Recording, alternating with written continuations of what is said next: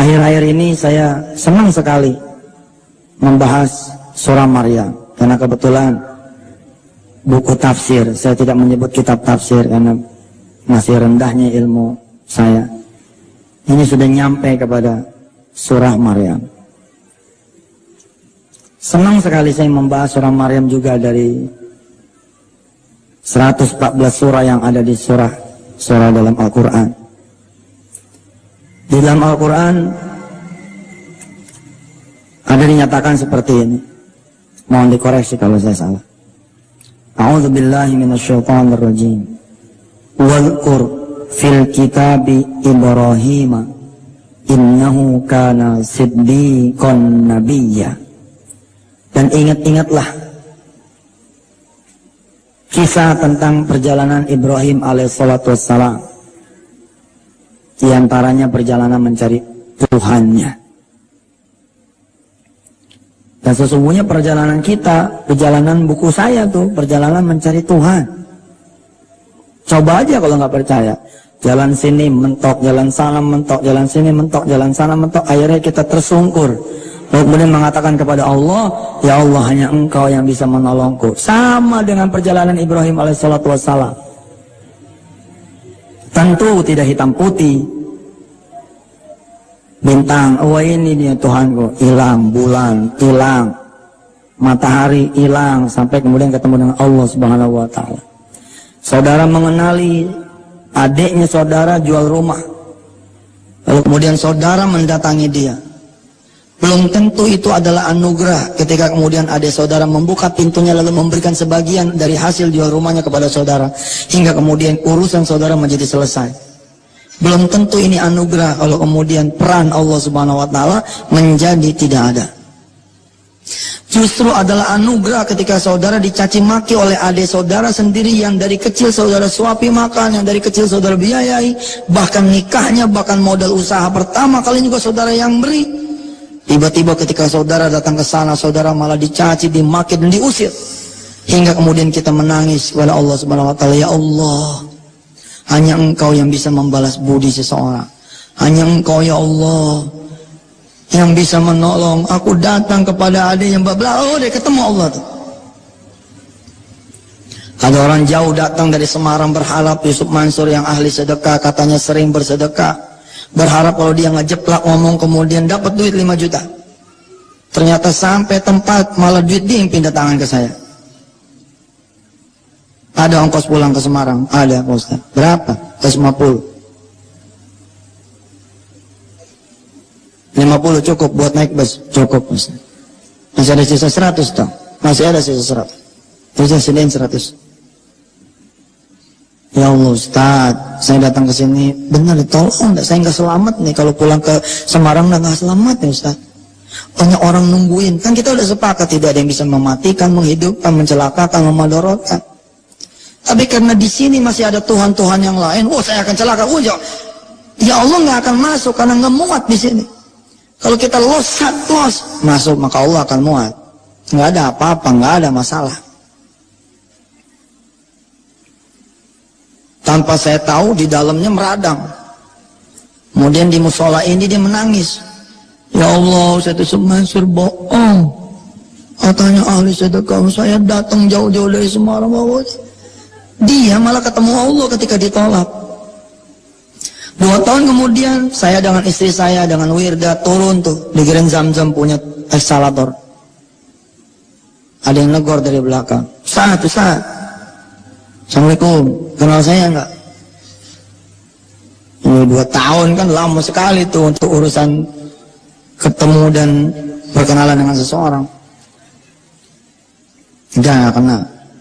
Saya kan yang datang dari Semarang. Ya iya yang dari Semarang banyak. Saya ini yang minjem 5 juta, terus Ustadz nggak kasih. Mulai saya ingat, iya. Ya Ustadz, maafin ya, waktu itu saya marah-marah Ustadz. Pokok saya datang minjem duit, malah duit saya hilang.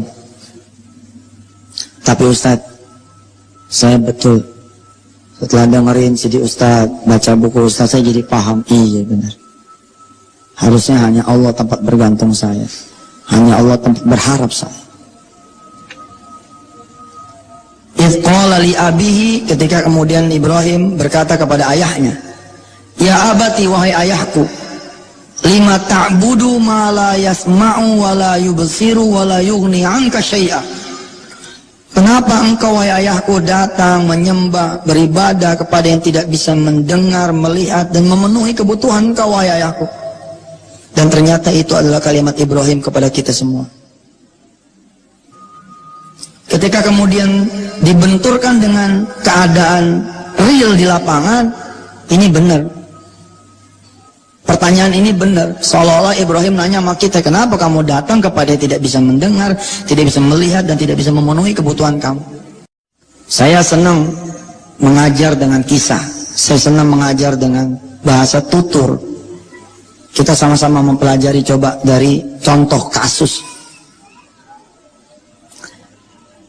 Belum lama saya ceritakan kepada teman-teman sejawat bahwa kalau Tuhan Anda adalah para donatur, itulah yang menyebabkan pesantren ini menjadi tidak jadi. Kalau Tuhan Anda adalah brosur, itulah yang membuat kita punya target malah tidak tercapai. Saya contohin, ada seorang anak dialog sama bapaknya, "Bah, tanggal 25 September jangan lupa bayar kuliah, daftar ulang. Kalau nggak bayar, nanti saya nggak bisa kuliah." Bapak Ibu yang dirahmati Allah, hari ini kita sudah belajar bahwa kalimat ini bukan kalimat tauhid. Masa duit menggantikan Allah bisa membuat orang kuliah dan tidak? Hebat sekali duit, padahal dia tidak bisa berjalan sendiri ke kasir, kecuali kita kemudian yang menaruh tuh duit di kasir. Dirobek pun diam aja, digusuk-gusuk juga diam aja, dibuang pun diam aja. Nggak bisa tuh duit tiba-tiba melambaikan tangannya. Kalau ada duit melambaikan tangannya, lari kita. Tiba-tiba Patimura yang ada di duit tuh, atau Pak Harto nengok begitu, kita akan lari, bos. Duit ini barang mati, bukan Tuhan. Tapi karena kita sebagai ayah juga bukan Ibrahim, bukan Yakub, yang duluan mengenal Allah, sama-sama tidak kenal sama Allah, maka dialognya menjadi tambah dungunya. Bah, jangan lupa tanggal 25 daftar ulang buat kuliah. Beres, ada motor. Tenang, ada motor. Tuhan udah berapa tuh? Udah 2. 1 duit, 2 motor. Celaka betul. 5 ta'budu ma la yasma'u wa la yubsiru wa la yughni 'anka syai'a. Kenapa jadi datang sama yang tidak bisa berbuat sesuatu? Motor, Pak, kalau kita nggak hidupin, apa dia nyala sendiri? Ada sih yang dibohongin tuh sama orang-orang yang mobilnya bagus. Nih mobil nih, lihat ini, simsalabim, nyala sendiri. Padahal kita belum masuk mobil. Ya iya, dia megang remote. Mobilnya generasi terbaru yang kagak usah pakai dibuka kuncinya. Ini orang kampung terang jadi bingung. Wih, si mobil ada jinnya nih. Ya kan mobil-mobil sekarang begitu tuh, kita bisa nyalain tanpa buka pintu. Nggak ada, bos, tetap aja harus kita hidupin, tetap kita nyalain. Dia kotor, nggak bisa mandi sendiri, kita harus cuciin. Bensinnya habis, nggak bisa dia minum sendiri dari pom bensin, kita yang ngisiin bensinnya, nggak bisa.